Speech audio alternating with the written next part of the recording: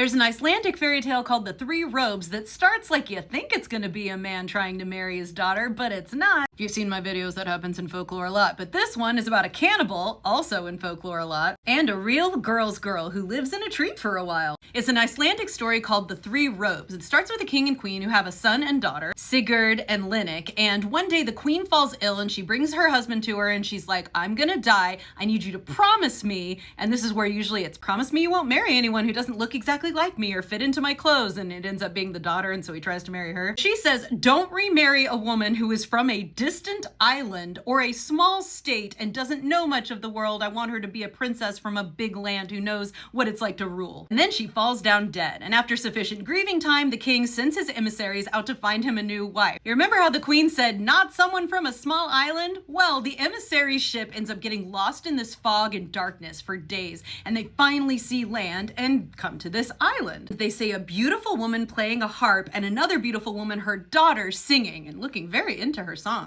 They approach the woman and she's like, oh my gosh, I'm so glad you guys are here. I am the queen of this great kingdom. This is my daughter, and everyone got murdered by Vikings. I promise there was this great kingdom and tons of people here, but they're all dead now and we're the only survivors. That's why we're the only ones here. That's the only reason. Her daughter turns to her and she's like, Mother, are you speaking the truth now? And she says, remember your promise. Shuts her up because, you know, we can already tell she's lying. The mom's name is Blauvor and the daughter's name is Laufar. The emissary's like, you seem like the perfect queen to bring home to our boss, so let's go. And she and the girl get on the boat. But the story tells us as they leave, the fog lifts, and it turns out the whole place is barren, has never been inhabited, and that she was the one making the fog be there in the first place, which is a cool, creepy detail. They bring her back, the dad marries her, but then of course she becomes awful. And by awful, I mean that she gets involved in affairs of the state. Men's affairs. The king is so blinded by her beauty, he ceases to have a will of his own and did nothing without consulting his wife.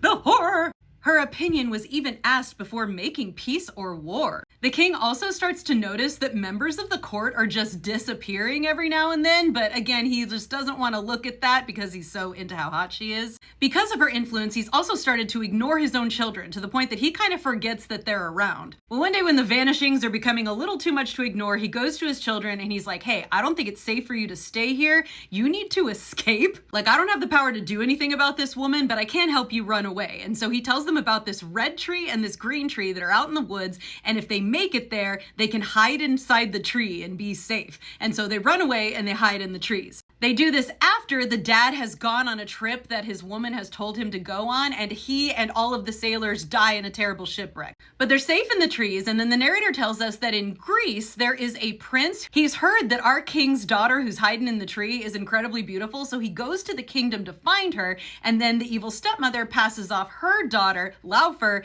as that girl. And the prince is like, oh, she's not quite as hot as I was expecting. And then the mom is like, well, she's grieving for her dad who just died in a shipwreck. So once she's like happier, I'm sure she'll be prettier. So the prince takes the daughter home with him. And on the way, he sees the green and red tree. And he's like, I like those trees. Cut them down and bring them with us. So he takes them all back to Greece and he has the trees put in his room. Then 3 days before the wedding, it gets kind of Rumpelstiltskin because he brings in the fake daughter, Laufar, and says, hey, I've heard that you're an amazing seamstress, because apparently our main girl Linnet is also an amazing seamstress. So he gives her a bunch of silk and he's like, you have to weave a red robe, a green robe, and a blue robe before our wedding. And then the last one, the blue one, you're gonna wear at our wedding. So here you go, locking you up for the night with these trees. Laufar's crying because she doesn't even know how to sew. Sigurd, the brother in his tree, hears her crying and says to his sister, hey, she's weeping, let's help her. At first, the sister is like, I don't want to help her. Look what her mom tried to do to us. And the brother's like, well, that's not her fault. And she's like, yeah, you're right.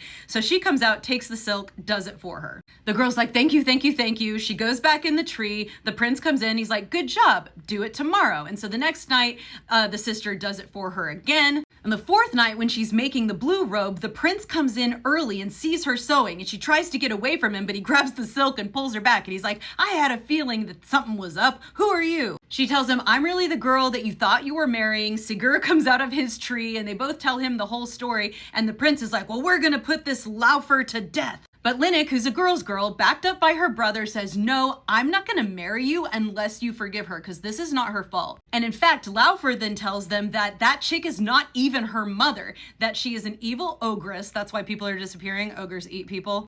she had stolen Laufer after murdering her entire family. Apparently, the ogress's goal in this new kingdom is to eat all the people and then people it with ogres like herself, which I'm like, how's she gonna reproduce and do that? They don't go into that detail.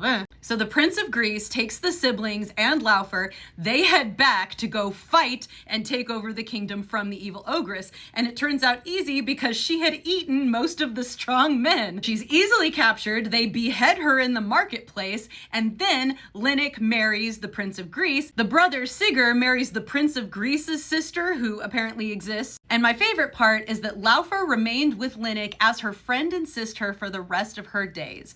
And of course, they eventually find her a nobleman to have as a husband too.